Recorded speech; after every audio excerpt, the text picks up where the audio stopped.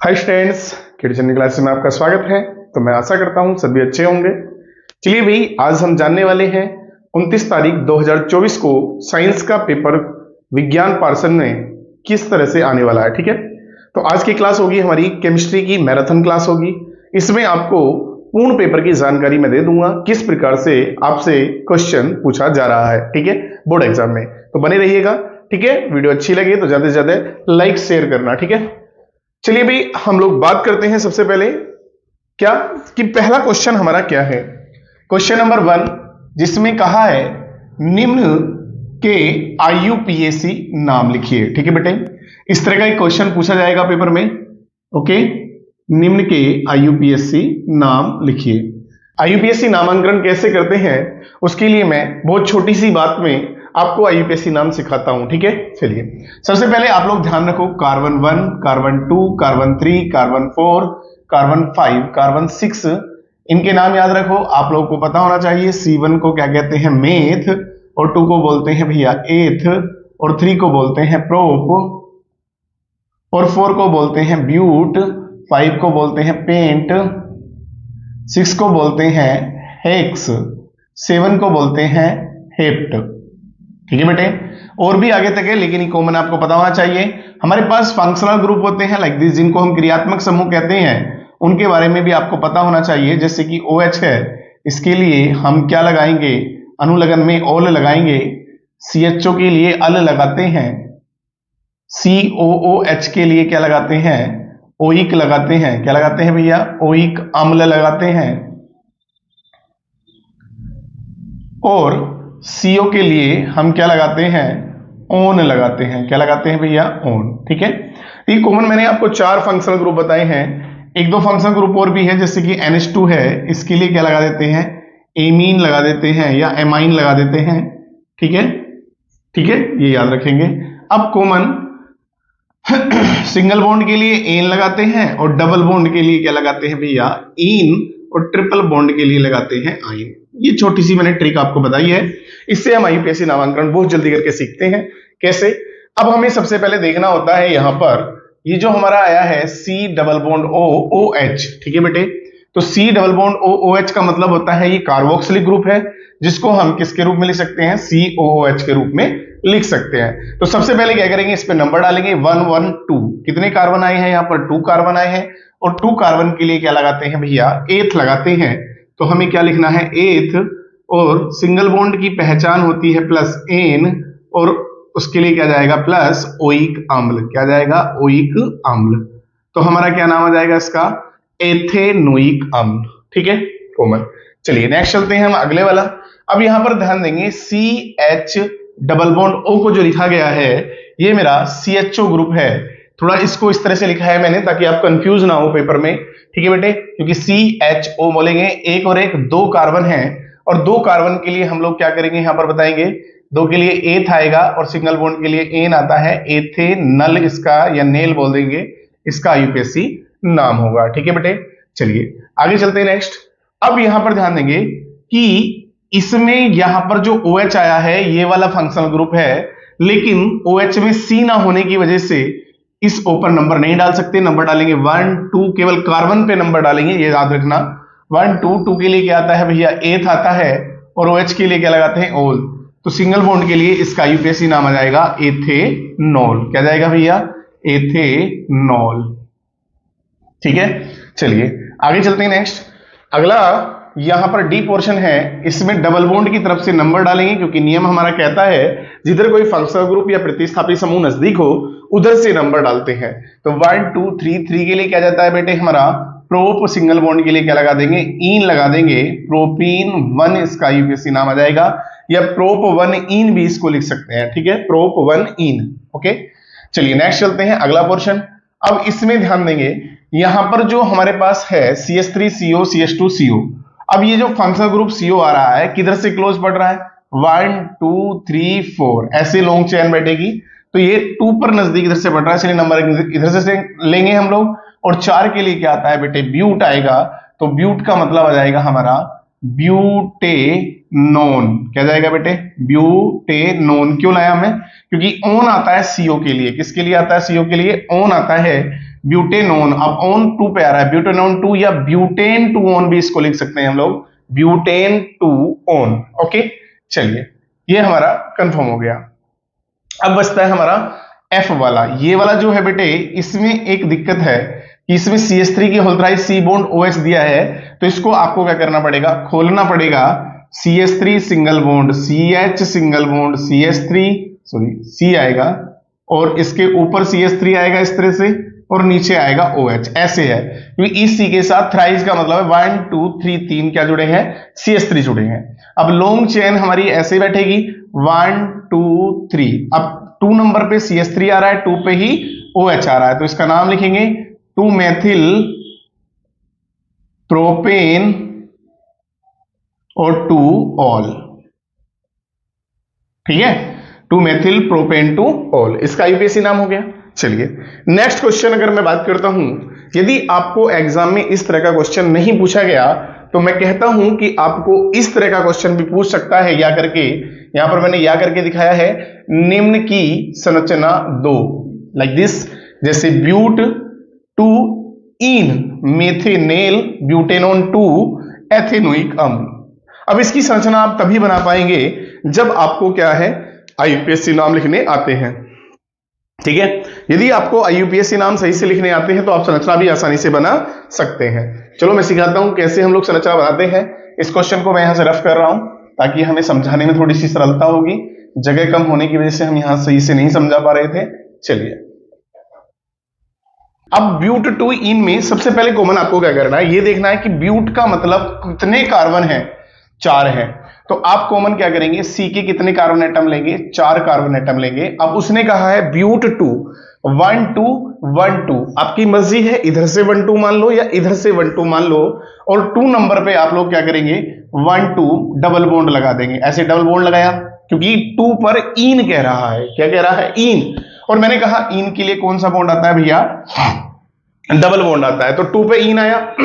अब carbon hydrogen की दोस्ती पक्की होती है, और कार्बन और हाइड्रोजन की वैलेंसी को पूरा करते हुए आप लोग क्या लगा देंगे, H लगा देंगे, और 4 वैलेंसी याद रखेंगे, कार्बन की 4 वैलेंसी पूरी करनी है हमें, 1 2 3 4 1 2 3 4 1 2 3 4 और 1 2 3 4।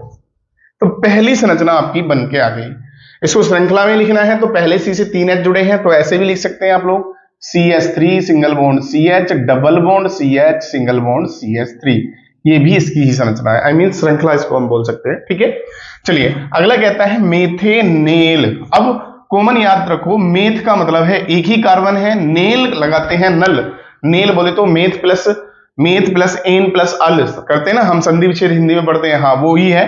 तो अल आ रहा है CHO के लिए, तो कॉमन CHO की जो संरचना होती है हमारी वो क्या होती है भैया, C double bond O bond H, ये CHO होता है। इधर ये अधूरा होता है, एक कार्बन की एक वैलेंसी अधूरी होती है, और वो कह रहा है मेथ माने एक ही कार्बन है, तो सिर्फ इधर H लगाएंगे तो मेथेनल की संरचना हो जाएगी। इसको या करके हम दिखा सकते हैं HCHO। ठीक है, यही क्या है हमारा मेथेनल है। ठीक है, कभी कभी इसका यूपीएससी नाम भी पूछ लेता है। ओके, अगला कहता है ब्यूटेनोन 2 या butane two one, but two one भी बोल सकता है। अब ब्यूट का मतलब है C के 4 एटम, कितने एटम है C के 4, 1 2 3 और 1 4। अब उसने कहा है ऑन 2 ब्यूटेन ऑन 2, ऑन बोले तो C के साथ डबल बॉन्ड O कौन से नंबर पर है बेटे, 2 नंबर पर, 1 2 1 2। हमने क्या किया है, डबल बॉन्ड ऊपर को लगा लो या नीचे को लगा लो, आपकी मर्जी है, ब्यूटेन 2 ऊपर लगा दिया हमने, और कार्बन की वैलेंसी को 4 पूरा करना शुरू किया। देखो 1 2 3 और 1 4, पहले कार्बन की वैलेंसी पूरी हुई, दूसरे की 2 3 4 पूरी हो गई, 1 2 1 2 3 और 1 4। पहले C से कितने H जुड़े हैं भैया, 3, फिर CO, फिर CH2 और फिर CH3। ठीक है, कॉमन। इस प्रकार से हम लोग क्या कर सकते हैं, इसकी संरचना बना सकते हैं। अगला कहता है एथेनोइक अम्ल, क्या कहता है बेटे, एथेनोइक अम्ल। अब एथ बोले तो कितने कार्बन है भैया, 2, कितने कार्बन है, 2। ठीक है, सिंगल बॉन्ड से लगाएंगे। अब वो कह रहा है एथेनोइक, ओइक बोले तो eth plus an plus oic, oic का मतलब है कार्बोक्सिलिक ग्रुप जो होता है इसमें कार्बन पर नंबर डाला जाता है, तो इसका मतलब लास्ट वाले पर क्या है, COOH है, और बाकी एक कार्बन की वैलेंसी हम लोग क्या कर देंगे, इस तरह से पूरी कर देंगे। ठीक है बेटे, तो इसको हम बोल सकते हैं या करके हमारा CH3 सिंगल बॉन्ड COOH बन जाएगा। ठीक है, अब IUPAC नाम लिखना है तो 1 2 2 के लिए क्या लगाते हैं हम, एथ सिंगल बॉन्ड है एनोइक अम्ल, एथेनोइक अम्ल। इस तरह से आपको क्वेश्चन आ सकता है। ठीक है बेटे, तो कंफ्यूज नहीं होना है, आपको अच्छे से तैयारी करके चलना है। ठीक है, क्योंकि केमिस्ट्री का पोर्शन बहुत आसान आएगा। ठीक है, चलिए अगला क्वेश्चन कह रहा है, क्वेश्चन नंबर 2, निम्न पर टिप्पणी करो। इंपोर्टेंट क्वेश्चन है, very very most important question भैया। सबसे पहली बात कि आपको टिप्पणी वाला क्वेश्चन कैसे करना होता है। देखो IUPAC नामांकन वाला रूल, आपको पेपर की तैयारी जो करनी है, ध्यान रखना, हमेशा जब भी हम किसी पेपर की तैयारी करते हैं तो हमें क्या होता है, शुरुआत में हमारे सर जब हमें पढ़ाते हैं तो पहला दूसरा चैप्टर अक्सर हमें रटा देते हैं, अक्सर हमें याद होता है, और बाद के चैप्टर अक्सर हमारे कमजोर रह जाते हैं। तो हमें जो तैयारी करनी होती है तो हमेशा याद रखना पीछे वाले चैप्टर को पहले कवर करना चाहिए, क्योंकि वही चैप्टर हमारे कमजोर रह जाते हैं। ठीक है, तो इसीलिए मैंने सबसे पहले इसमें किसको रखा है, लास्ट वाले चैप्टर को रखा है, ताकि आपका ये अच्छे से तैयार हो जाए। ठीक है, ये कमजोर रहता है बच्चों का। चलिए पहले मैं ये पॉइंट क्लियर करता हूं, यहां से रफ करता हूं, फिर आपको टिप्पणी अच्छे से समझाता हूं। ठीक है, तो टिप्पणी में पहला हमारा आता है साबुनीकरण। ठीक है बेटे, तो साबुनीकरण होता क्या है, कॉमन मैं आपको बता के चलता हूं। सबसे पहली बात, हमारे पास जो तेल वसा होते हैं उनका हाइड्रोलाइसिस करने के बाद जो साबुन बनती है, ठीक है ना, साबुन का प्राप्त होना ही क्या है, प्राप्त होने की प्रक्रिया को हम साबुनीकरण कहते हैं। कैसे, सबसे पहली बात आपको पता होना चाहिए कि तेल वसा का सूत्र क्या होता है बेटे, तो CH2 bond O CO single bond CHO CO CH2O CO C17 H35 सभी के साथ लगाएंगे, इस तरह से याद रखेंगे। ठीक है, C17 H35, ठीक है, ये थोड़ा नीचे करके लिखेंगे इस तरह से। तो ये हमारे पास किसका सूत्र है भैया, वसा का, तेल या वसा का सूत्र है। इसका हम हाइड्रोलाइसिस करते हैं NaOH के साथ, जल अपघटन करेंगे। क्या करेंगे भैया, जल अपघटन। अब जल अपघटन करने पर यहां से C17 H35 COO Na क्या चला जाएगा, यहां से बाहर चला जाएगा, ये इस तरह से। ठीक है, तो मैंने एक को दिखाया है, तो हमारा यहां से क्या बचने वाला है, CH2 बॉन्ड OH ये बचा। ऐसे ही यहां से C17 H35 COO Na चला गया, क्या बचा हमारा यहां से single bond CH bond OH, और ऐसे ही यहां से गया तो क्या बचेगा हमारा CH2 बॉन्ड OH। और कितने बार, 1 2 3 टाइम बार C17 H35 COO Na, sodium citrate हमें प्राप्त होगा, जिसको हम लोग कितने बार, 3 बार, जिसको ही हम क्या कहते हैं भैया, साबुन कहते हैं। अब हम लोग कॉमन यहां से कह सकते हैं व्हाट इज दिस साबुनीकरण। ठीक है, सोफनिफिकेशन का मतलब होता है तेल या वसा का क्या करने पर भैया, NaOH के साथ या क्षार के साथ हाइड्रोलाइसिस करने पर साबुन का प्राप्त होना या साबुन के प्राप्त होने की प्रक्रिया को क्या कहते हैं, साबुनीकरण कहते हैं। आपको रिएक्शन भी दिखानी पड़ेगी और आपको भैया इसके बारे में लिखना भी पड़ेगा, तभी आपको पूरा नंबर मिलेगा। और ये सूत्र जो होता है, ये जो बन के आया है, इसे बोलते हैं बेटे ग्लिसरॉल। क्या बोलते हैं, ग्लिसरॉल। ठीक है, ये वसा या तेल का सूत्र मान लेंगे हम लोग। ठीक है, इसके हाइड्रोलाइसिस से हमें प्राप्त हो रहा है। सेकंड टर्म्स हमारा आता है बेटे एस्ट्रीकरण। क्या आता है बेटे, एस्ट्रीकरण।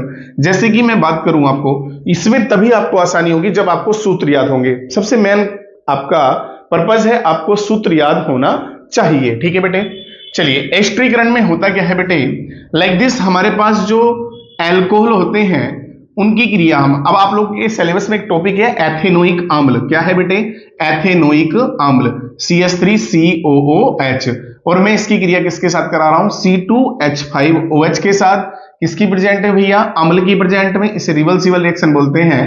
तो होता क्या है, यहां से बॉन्ड टूटकर, कहां से बॉन्ड टूटकर भैया, यहां से बॉन्ड टूटकर OH और यहां से बॉन्ड टूटकर H क्या बाहर चला जाएगा, जितना मैंने ब्रैकेट में बंद किया है वो बाहर चला जाएगा।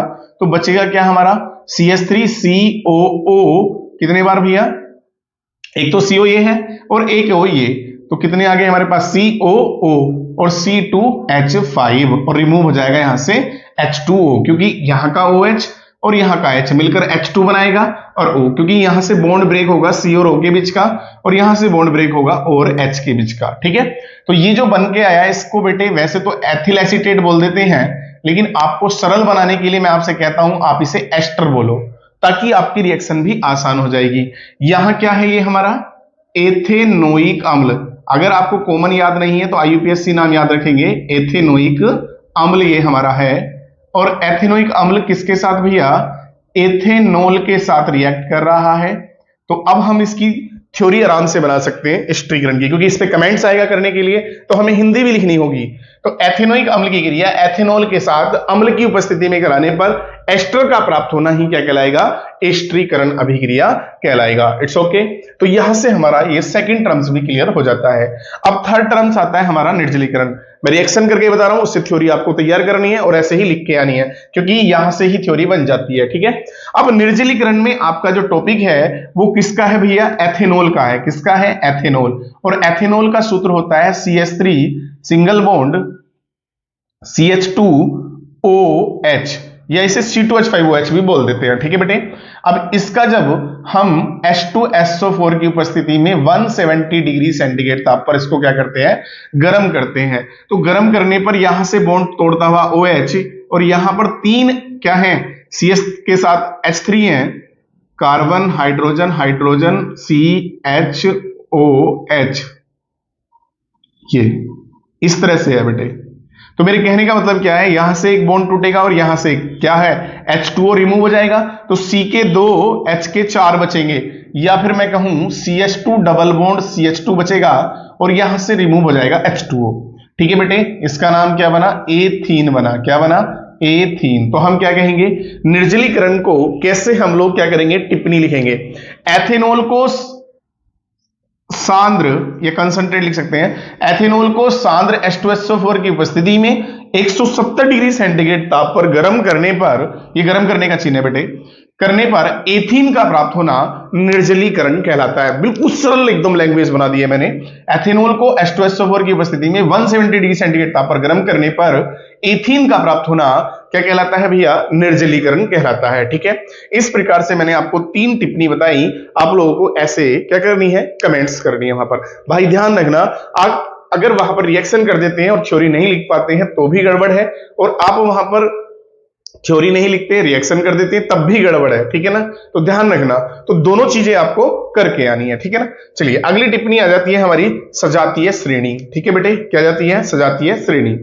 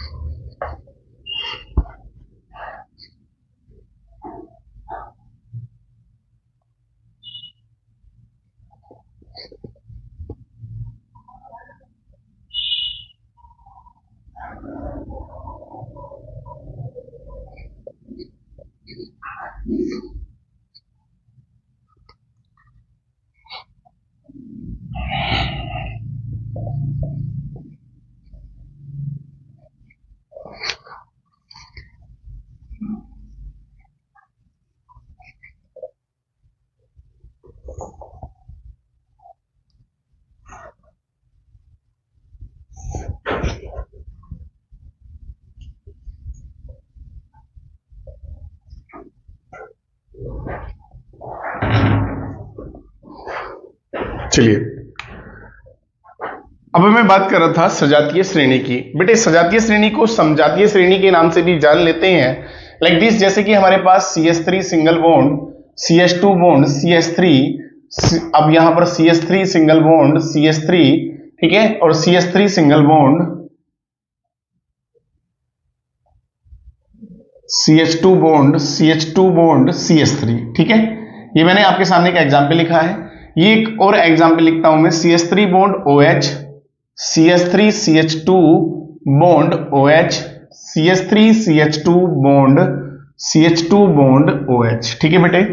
सजातीय श्रेणी क्या होते हैं, इस प्रकार के अणु होते हैं जिनमें केवल क्या होता है, एक ऐसी श्रेणी जिसमें केवल किसका अंतर होता है, CH2 का अंतर होता है। किसका अंतर होता है बेटे, CH2 का अंतर होता है। कैसे देखो CH2 का अंतर कैसे है, यहां पर C का 1 है, H के 3 और 1 4 है, और एक क्या है O है। यहां पर C के कितने हैं, 1 2, कितने हैं 2 हैं, H के 3 2 5 और 1 6 है। तो कॉमन कह सकते हैं यहां इस CH2 का दोनों के बीच में अंतर आया है, यहां इन दोनों के बीच में एक CH2 का अंतर आया है। तो ऐसी श्रेणी क्या कहलाती है, हमारी समजातीय श्रेणी कहलाती है। ठीक है बेटे, क्या कहलाती है, समजातीय श्रेणी। तो समजातीय श्रेणी में याद रखेंगे किसका अंतर होता है, केवल एक CH2 समूह का क्या होता है, अंतर होता है। ठीक है, चलिए अब मैं आगे बात करता हूं। नेक्स्ट टिप्पणी हमारे पास आती है दहन।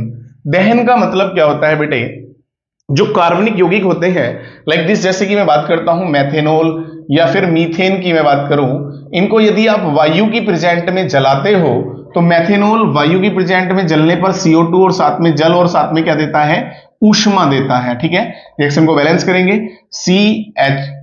CO2 प्लस जल, दोनों ही उदाहरण दहन के हैं, काम करेंगे। और ऊष्मा क्षेपीय अभिक्रिया के भी उदाहरण है। ठीक है बेटे, CH4 में कार्बन 1 है, C का यहां भी 1 है, H के 4 है, H के 2 है, तो 2 की यहां पर गुना करेंगे, 2 दूनी 4 H के हो जाएंगे। O के 2 है, 2 और 2 4 है, तो 2 दूनी 4, रिएक्शन हमारी बैलेंस होगी। ऐसे ही आप ऊपर वाली बैलेंस करेंगे।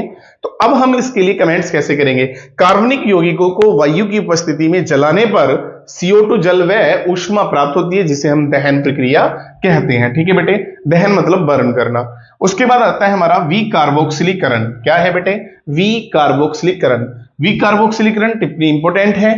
तो एथेनोइक एसिड जो होता है CH3COOH को मैं NaOH के साथ कैल्शियम ऑक्साइड की उपस्थिति में गर्म करता हूं, तो यहां से होता क्या है, हमारा पहले CH3COO Na प्राप्त होता है, साथ में रिमूव हो जाता है यहां से जल, यहां से ये वाला OH रिमूव हो जाएगा। ठीक है बेटे, इन दोनों को मिलाकर बोल देते हैं सोडा लाइम। क्या बोलते हैं, सोडा लाइम। ठीक है, इसको फिर से पुनः इसके साथ ही रिएक्ट कराएंगे, CH3COO Na प्लस माइनस, फिर इसे NaH के साथ रिएक्ट कराएंगे, किसकी प्रेजेंट में, कैल्शियम ऑक्साइड की प्रेजेंट में। तो यहां से रिमूव हो जाएगा Na2CO3 और बचेगा क्या हमारा, सॉरी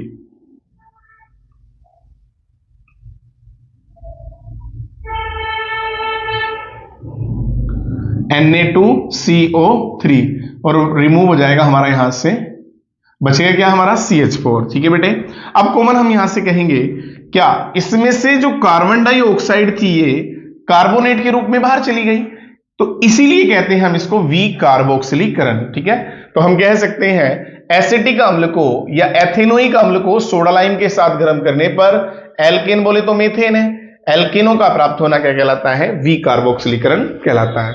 तो बेटे इस तरह से मैंने आपको 5-6 टिप्पणी को समझाया है।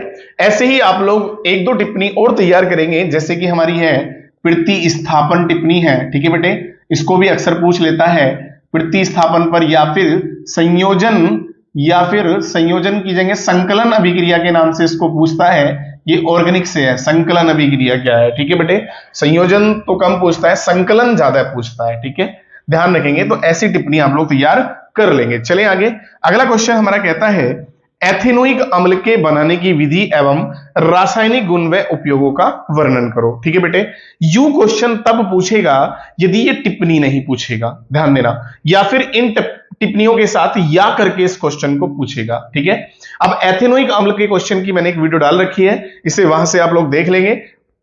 ठीक है बेटे, नेक्स्ट मैं बात करूं भैया किसकी, टिप्पणी के स्थान पर आपका ये क्वेश्चन भी आ जाता है एथेनोइक अम्ल के बनाने की विधि एवं रासायनिक गुणों का वर्णन करो। ठीक है, और उपयोग दीजिए। ठीक है, यदि आपकी टिप्पणी आती है तो इस क्वेश्चन को नहीं पूछेगा, और यदि टिप्पणी नहीं पूछता है तो इस क्वेश्चन को पूछेगा, या फिर उनके साथ या करके इस क्वेश्चन को दे देता है। ठीक है बेटे, तो एथेनोइक अम्ल का सूत्र जो होता है वो क्या होता है, हमारा CH3COOH होता है।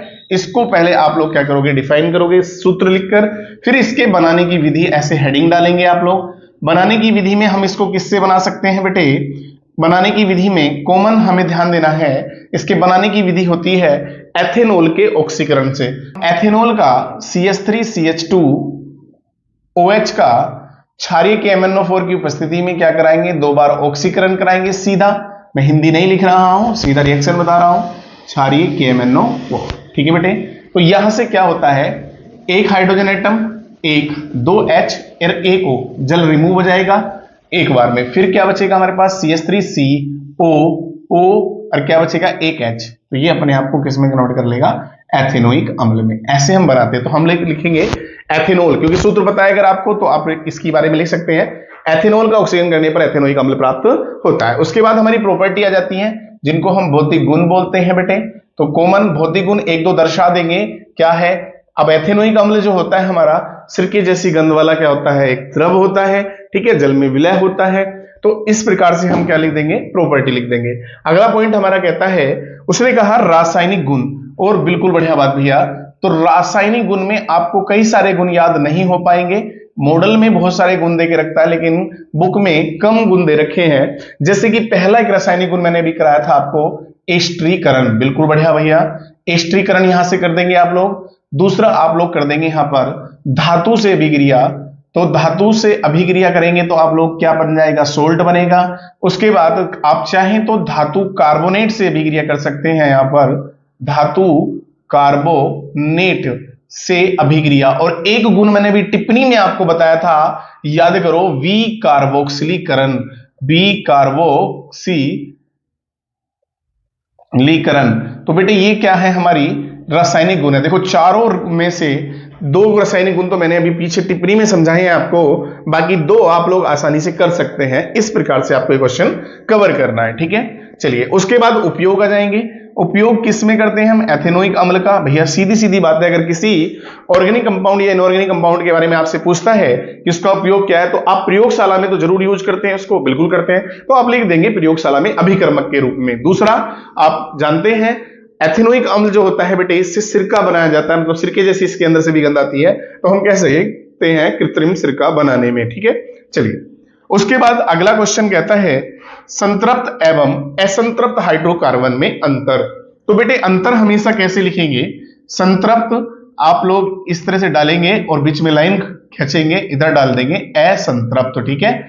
और हाइड्रोकार्बन है तो डालकर एक एक पॉइंट बना चलते रहेंगे। क्या करेंगे, जैसे कि मैं लोग लिखकर नहीं बोलकर बता रहा हूं आपको। संतृप्त हाइड्रोकार्बन असंतृप्त हाइड्रोकार्बन में कॉमन हमें पता है इसमें केवल एल्केन श्रेणी आती है, जबकि इसमें एल्कीन और कौन सी श्रेणी आती है बेटे, एल्काइन श्रेणी आती है। तो ध्यान देना इनमें केवल सिंगल बॉन्ड प्रेजेंट होता है, इनमें डबल बॉन्ड और ट्रिपल भी होता है। किसमें भैया, असंतृप्त हाइड्रोकार्बन में। दूसरी बात, यदि संतृप्त हाइड्रोकार्बन को जलाते हैं तो ये नीली ज्वाला के साथ जलते हैं, जबकि ये काली ज्वाला के साथ या कजली ज्वाला के साथ जलते हैं। संतृप्त हाइड्रोकार्बन जो होते हैं बेटे, ये क्या है हमारे, ये प्रतिस्थापन अभिक्रिया देते हैं, जबकि असंतृप्त हाइड्रोकार्बन क्या देते हैं, योगात्मक अभिक्रिया देते हैं, ठीक है। तो इस प्रकार से आप लोग क्या कर सकते हैं, इसमें अंतर कर सकते हैं, ठीक है। चलिए फॉर्मूला भी दिखा सकते हैं अंतर में, कोई प्रॉब्लम नहीं है। अगला क्वेश्चन कहता है निम्न के बनाने की विधि एवं गुणों की व्याख्या करो। बेटे धावन सोडा, व्यंजक चूर्ण, बेकिंग सोडा और पीओपी मतलब प्लास्टर ऑफ पेरिस, ठीक है बेटे। मैं कह देता हूं यहां से इंपॉर्टेंट, बिल्कुल इंपॉर्टेंट मैंने आपको बता दिया है, क्वेश्चन ध्यान देना जरूर लगेगा यहां से। अब मैं यहां पर आपको नहीं समझाऊंगा नहीं, क्योंकि बहुत बड़ी वीडियो हो जाएगी। अब धावन सोडा और व्यंजक चूर्ण, बेकिंग सोडा, पीओपी, यदि आपको इन सबके फॉर्मूले पता है तो आप सबके बनाने की एक एक विधि और एक एक उपयोग लिख सकते हैं, दो दो उपयोग लिख सकते हैं। जैसे कि धावन सोडा होता है हमारा Na2CO3 इंटू 10H2O, ठीक है बेटे, जिसको सोडियम कार्बोनेट डेकाहाइड्रेट बोलते हैं, याद रखना। ये धावन सोडा का पूर्ण सूत्र होता है, कभी कभी सोडा एस के रूप में इसको लिखा जाता है Na2CO3, ठीक है बेटे। उसके साथ साथ व्यंजक चूर्ण जो होता है, व्यंजक चूर्ण का सूत्र होता है CaOCl2, ब्लीचिंग पाउडर हम इसको बोल देते हैं, ठीक है। अब इसको बनाते कैसे हैं, धावन सोडा को बनाने के लिए हमें क्या करना होता है, सोडियम हाइड्रोक्साइड की क्रिया कार्बन डाइऑक्साइड के साथ कराने पर भी आसानी से हम इसको बना सकते हैं। अब आगे मैं चलता हूं, व्यंजक चूर्ण की अगर मैं बात करूं तो कैल्शियम हाइड्रोक्साइड जो होता है भुजा चूना, उसमें क्लोरीन गैस प्रवाहित करने पर हम इसको बना सकते हैं, किसको भैया, व्यंजक चूर्ण को। अगर टॉपिक हमारा है बेकिंग सोडा, और बेकिंग सोडा का सूत्र होता है NaHCO3, जिसको हम क्या कह देते हैं बेटे, खाने का सोडा कह देते हैं। याद रखना ये बेकिंग पाउडर नहीं है, बेकिंग सोडा है, ठीक है। बेकिंग सोडा से बेकिंग पाउडर बनता है, ये इसका एक यूजेस भी बन जाता है। उसके बाद आ जाता है हमारा पीओपी। पीओपी हमारा CaSO4 इंटू हाफ H2O, ये क्या है हमारा, प्लास्टर ऑफ पेरिस हम इसको बोल देते हैं, ठीक है। किसका सूत्र है, प्लास्टर ऑफ पेरिस का, ठीक है बेटे। या फिर मैं कहूं इसे किससे बना सकते हैं, जिप्सम से बना सकते हैं। तो ये आप याद रखना, इन चारों में से किसी भी एक के बारे में आपसे एग्जाम में जरूर पूछा जाएगा, उसके बनाने की विधि, उसके भौतिक गुण या फिर उसके उपयोग के बारे में जरूर पूछ सकता है। तो कॉमन बिल्कुल सरल है, तैयार करेंगे। लेकिन इससे ही रिलेटेड एक क्वेश्चन मैं कवर करके चलता हूं बेटे, यदि ये ना पूछा गया तो एक क्वेश्चन जरूर पूछेगा, क्वेश्चन नंबर 9 है, जिसको मैं यहीं पे कवर करता हूं। यहां पर लिखा है क्या होता है जब केवल रासायनिक समीकरण दीजिए, जिप्सम को 373 केल्विन ताप पर गर्म करते हैं। अब बहुत बच्चों की समस्या होती है कि सर हमसे ये क्वेश्चन होते नहीं है। बिल्कुल भैया नहीं होंगे, यूं ही नहीं होंगे क्योंकि आपको इन चारों के बारे में अच्छे से नॉलेज नहीं है। यदि आप इन चारों के बारे में अच्छे से नॉलेज रखते हो तो इसी के क्वेश्चन वो देकर रखता है यहां पर, या फिर क्वेश्चन देकर रखेगा एथेनोइक अम्ल के, किसके बेटे, एथेनोइक अम्ल के रासायनिक गुण से देकर रखेगा क्या होता है जब केवल रासायनिक समीकरण में। वहां पर क्या होता है, केवल आपको समीकरण देनी होती है और कुछ नहीं करना होता है। अब बच्चे को यदि उसकी नॉलेज है तो रिएक्शन बहुत आसानी से लिख पाएगा, ठीक है। तो सबसे पहली बात, इन क्वेश्चनों पर कमांड पाने के लिए हमारा ये चारों टॉपिक क्या होने चाहिए, अच्छे से तैयार होने चाहिए, ठीक है बेटे। चलिए एक क्वेश्चन मैं करके दिखाता हूं आपको। जिप्सम को 373 केल्विन ताप पर गर्म करने के लिए कह रहा है। अब आपको पता होना चाहिए जिप्सम का सूत्र क्या है, CaSO4 into 2H2O को 373 केल्विन ताप पर जैसे ही गर्म करते हैं तो हमारा बन जाता है CaSO4 half H2O plus 3/2 H2O। 3/2 क्यों लगा रहा हूं मैं, ऐसे नहीं मैं समझना रटी हुई है, नहीं भी, मैं तो पता है बैलेंस करने के लिए इसलिए लिख रहा हूं, ठीक है बेटे। तो ये हमारा था जिप्सम, और जिप्सम को जैसे ही हमने गर्म किया तो हमारा बन गया POP। क्या बन गया बेटे, POP। तो POP के बनाने की विधि थी, अभी तो मैं बात कर रहा था किसकी भैया, POP के बनाने की विधि क्या होता है जब मैं आ गई, ठीक है। ऐसे क्वेश्चन हमारा कवर हो गया। अब मात्र आपको वहां कुछ नहीं लिखना है, हिंदी नहीं लिखनी है बेटे, हिंदी लिखोगे तो गड़बड़ हो जाएगी। आपको मात्र रिएक्शन दिखा रही है, क्योंकि वो कह रहा है कॉमन केवल रासायनिक समीकरण दो बस। रासायनिक समीकरण का मतलब होता है केवल आपको केमिकल इक्वेशन देनी है। अगला क्वेश्चन कह रहा है सोडियम कार्बोनेट के जलीय विलयन में क्या प्रवाहित करने के लिए कह रहा है, सोडियम कार्बोनेट के जलीय विलयन में CO2 प्रवाहित करने के लिए कह रहा है। तो बेटे सोडियम कार्बोनेट क्या होता है हमारा,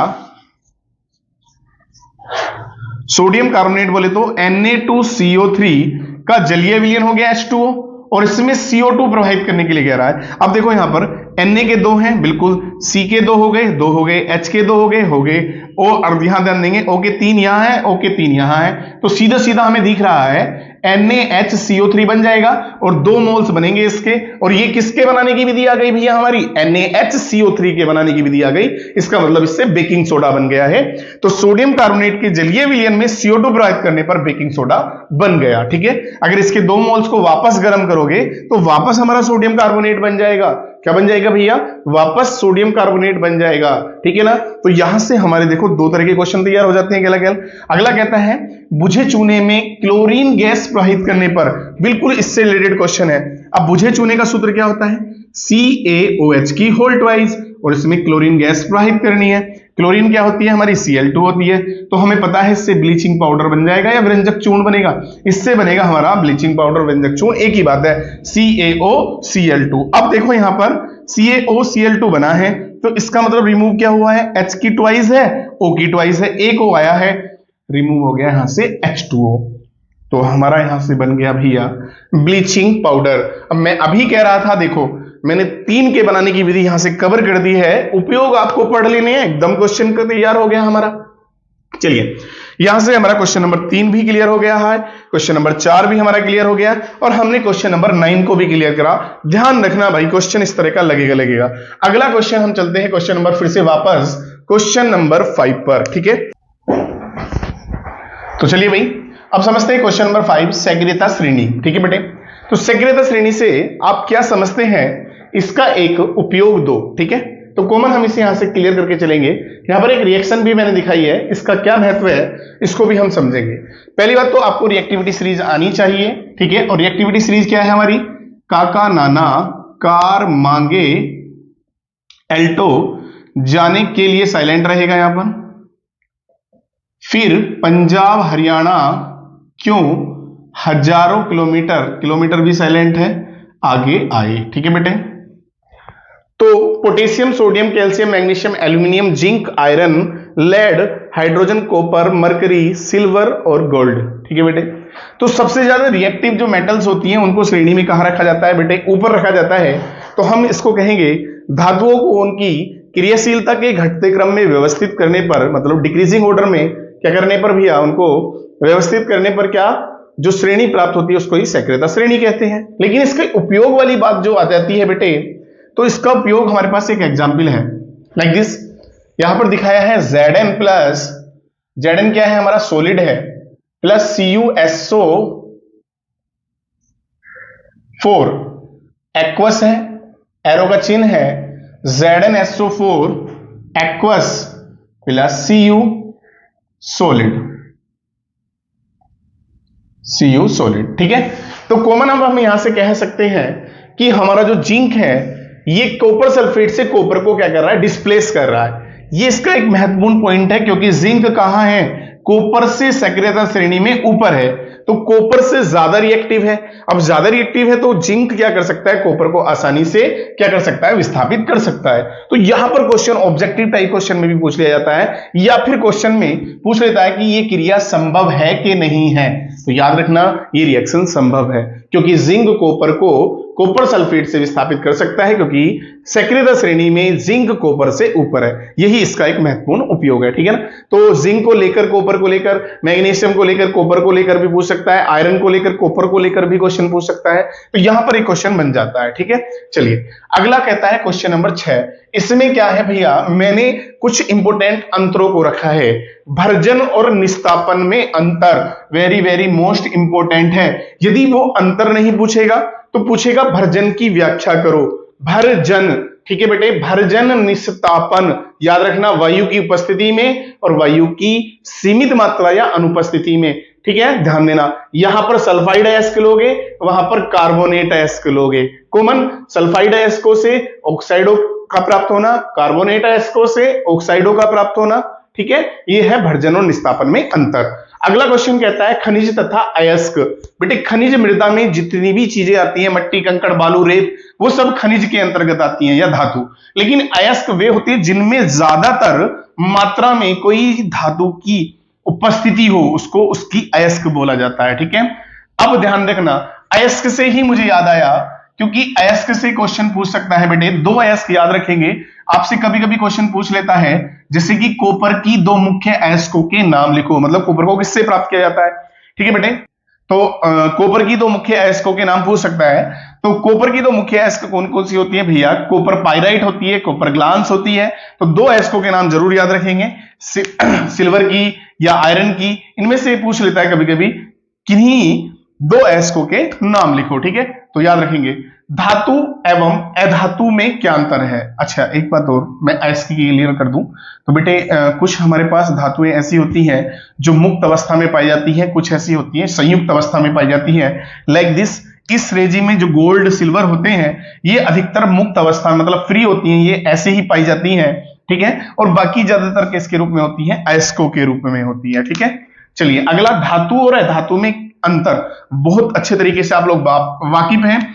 एक तरफ लिखेंगे धातु और एक तरफ लिखेंगे अधातु, और इस तरह से आप लोगों को क्या करना है? इसका अंतर तैयार करना है। धातु क्या होती है भैया? इलेक्ट्रॉन त्याग कर धनायन बनाती है। अधातु इलेक्ट्रॉन ग्रहण करके क्या बनाती है? ऋणायन बनाती है, ठीक है। उसके बाद धातु जो होती है हमारे पास कैसी हो सकती है? ठोस अवस्था में होती है, ठीक है। इसको छोड़कर, केवल मरकरी को छोड़कर, मरकरी कैसी है? एक द्रव धातु है। अधातु ठोस, द्रव, गैस तीनों ही अवस्था में पाई जाती है। तो इस प्रकार से हम लोगों को क्या करना है? डिफरेंट करना है या अंतर देना है। अगला अंतर हमारा जाता है अम्ल एवं क्षारकों में क्या अंतर है। भैया सिंपल है, प्रॉपर्टी पे हम लोग क्या करेंगे? बीच में लाइन खींच लेंगे इस तरह से, अम्ल, और दूसरी तरफ लिख लेंगे क्षारक। अम्ल और क्षारक में अंतर क्या है? अम्ल स्वाद में खट्टे होते हैं, क्षारक कड़वे होते हैं। अम्ल धातु से क्रिया करके लवण बनाते हैं, जबकि क्षारक भी धातु से क्रिया करके लवण बनाते हैं, लेकिन सभी क्षारक नहीं बनाते, कुछ बनाते हैं, ठीक है। तो ये डिफरेंट बन जाता है, ठीक है। ये नीले लिटमस को लाल करते हैं, वो लाल लिटमस को नीला करते हैं। तो इस तरह से हमारा अम्ल क्षारकों में अंतर हो जाएगा, क्योंकि पहले से ही पढ़ रहे हैं आप, ये क्वेश्चन आपको याद होगा, मैं आशा करता हूं। निम्नलिखित की व्याख्या करो, क्वेश्चन नंबर 7 हमारा आ जाता है, जिसमें मैंने चैप्टर नंबर 1 से कुछ टॉपिकों को उठाया है। उदासीनीकरण अभिक्रिया, रिडॉक्स अभिक्रिया, ऊष्माक्षेपी अभिक्रिया, संचारण और उभयधर्मी ऑक्साइड। तो बेटे उदासीनीकरण अभिक्रिया क्या होती है? लाइक दिस, मैं एग्जाम्पल समझाऊंगा, उससे ही आपको रिएक्शन समझ में आ जाएगी। NaOH एक बेस है और HCl एक क्या है, एसिड है। दोनों क्रिया करते हैं प्लस माइनस, प्लस वाला माइनस से, माइनस वाला प्लस से, तो हमारा बन जाता है सोल्ट, NaCl और जल। ठीक है, तो कॉमन में यहां से कहूंगा ये जो लवण बना है, तो अम्ल एवं क्षारकों की, अब मैंने अम्ल को बाद में लिख दिया है, ठीक है कोई बात नहीं, अम्ल एवं क्षारकों की परस्पर अभिक्रिया के फलस्वरूप लवणों का बनना क्या कहलाता है, उदासीनीकरण अभिक्रिया कहलाता है। कॉमन हो गया। उसके बाद कहता है रेडॉक्स अभिक्रिया। बेटे रेडॉक्स अभिक्रिया में आप लोग ये एग्जाम्पल बहुत आसानी तरीके से जान गए होंगे। CuO H2 से क्रिया कराएंगे तो Cu प्लस H2O बन जाता है। यहां पर CuO से Cu में, H2 से O में, यहां Cu में ऑक्सीजन साथ था, यह हट गया है, तो इसका मतलब क्या हुआ है, इसका अपचयन हुआ है। और H2 के साथ वो जुड़ गया है तो क्या हुआ है, ऑक्सीकरण या अपचयन या उपचयन बोल सकते हैं, सॉरी अपचयन नहीं, ऑक्सीकरण या उपचयन बोलेंगे। तो अब कॉमन कह सकते हैं हम वे अभिक्रियाएं जिनमें ऑक्सीकरण उपचयन, वे अभिक्रियाएं जिनमें ऑक्सीकरण अपचयन दोनों अर्ध अभिक्रियाएं साथ साथ होती हैं उनको रेडॉक्स अभिक्रिया कहते हैं बेटे।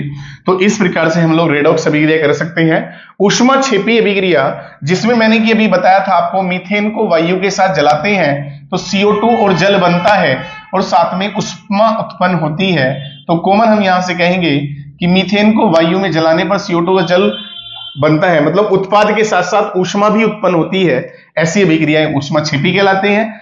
लेकिन जहां ऊष्मा ली जाए, क्या ली जाए, ऊष्मा ली जाए। यहां पर एक एग्जांपल समझ के चलेंगे, क्वेश्चन नंबर 8 का 1, ये किसका उदाहरण है भैया, ये ऊष्मा शोषी का उदाहरण है, क्योंकि यहां पर लेड नाइट्रेट जो है ऊष्मा लेकर टूट रहा है। तो आपके पेपर में भी एग्जाम्पल मिल जाते हैं रिएक्शनों के, ऐसे जैसे मैंने क्वेश्चन रखा है। तो ये किसका उदाहरण माना जाएगा भैया, ऊष्मा किसका भैया, शोषी का उदाहरण है। किसका है, ऊष्मा शोषी का उदाहरण है, जहां ऊष्मा की आवश्यकता होती है।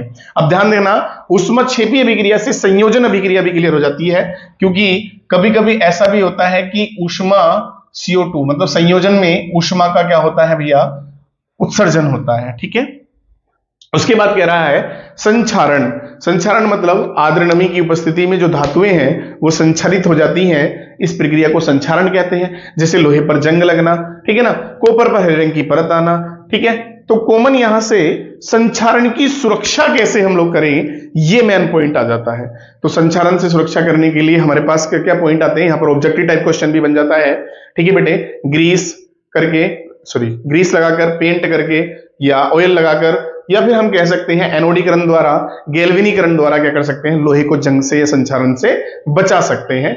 ये इंपॉर्टेंट बन जाता है इसलिए। उसके बाद उभयधर्मी ऑक्साइड क्या होते हैं बेटे, तो याद रखना, लाइक दिस, मैं एक ऑक्साइड की बात करता हूं, Al2O3, ये एक एल्यूमिनियम ऑक्साइड है, एक उभयधर्मी ऑक्साइड है। उभयधर्मी ऑक्साइड वे ऑक्साइड होते हैं जो अम्ल एवं क्षारक दोनों के साथ क्या करते हैं, समान प्रकार के गुण देते हैं। मतलब अम्लों से क्रिया करके भी लवण बनाए, क्षारों से भी क्रिया करके भी लवण बनाए।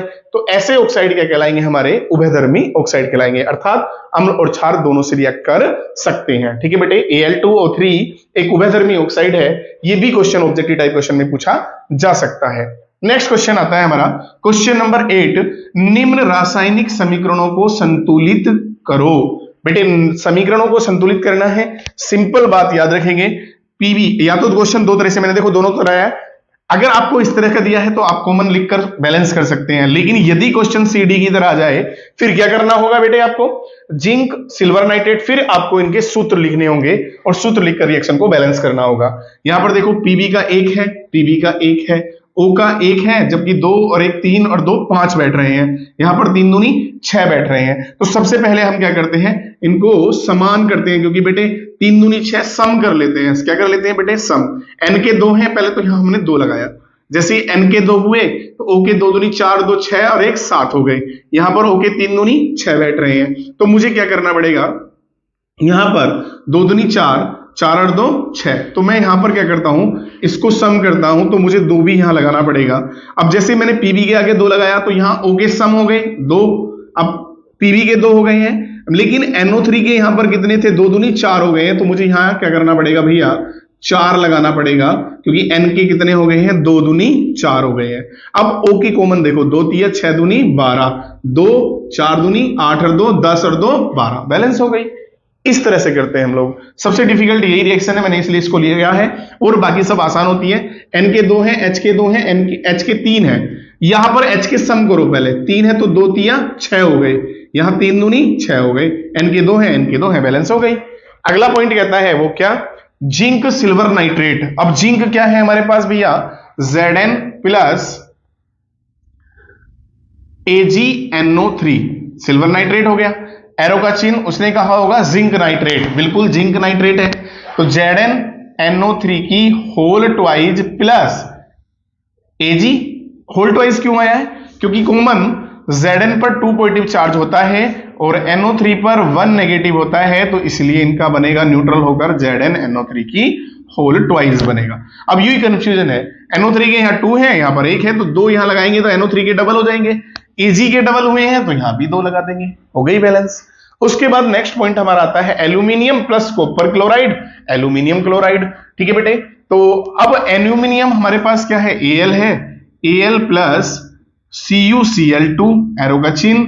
एल्यूमिनियम क्लोराइड में Al पर 3 पॉजिटिव चार्ज होता है, इसीलिए क्या आएगा, AlCl3 आएगा, प्लस Cu रिमूव हो जाएगा। अब यहां पर देखो कॉमन, यहां 2 हैं तो 3 दूनी 6 कर दो, 2 तिया 6 कर दो। Cu के 3 हो गए हैं तो 3 लगा दो, Al के 2 हो गए हैं तो 2 लगा दो, हो गई बैलेंस। इस तरह से हम लोग क्या करते हैं, रिएक्शन को बैलेंस करते हैं। ठीक है भाई, चलिए अगला क्वेश्चन कहता है, ये मैंने क्वेश्चन कवर कर लिया था पीछे ही। क्वेश्चन नंबर 10 कहता है आयनिक यौगिक क्या है, इनके उदाहरण दो एवं गुणों का वर्णन करो। ठीक है बेटे, आयनिक यौगिक जो होते हैं, धातु से अधातुओं पर इलेक्ट्रॉनों के स्थानांतरण द्वारा जो यौगिक हमें प्राप्त होते हैं वो कौन से कहलाते हैं, आयनिक यौगिक कहलाते हैं। और इनके बीच बनने वाले बंध जो होते हैं आयनिक बंध होते हैं। ठीक है बेटे, इनके गुणों की अगर मैं बात करूं, इनके गलनांक क्वथनांक उच्च होते हैं। दूसरी बात, इनके बीच में जो आकर्षण बल होता है वो क्या होता है, बहुत ज्यादा प्रबल होता है। ठीक है, ये यदि हम लोग इनको पानी के अंदर डालते हैं तो पानी में घुल जाते हैं और इलेक्ट्रिसिटी पास होने लगती है, मतलब कंडक्ट होते हैं किसमें, एक्वस सॉल्यूशन में।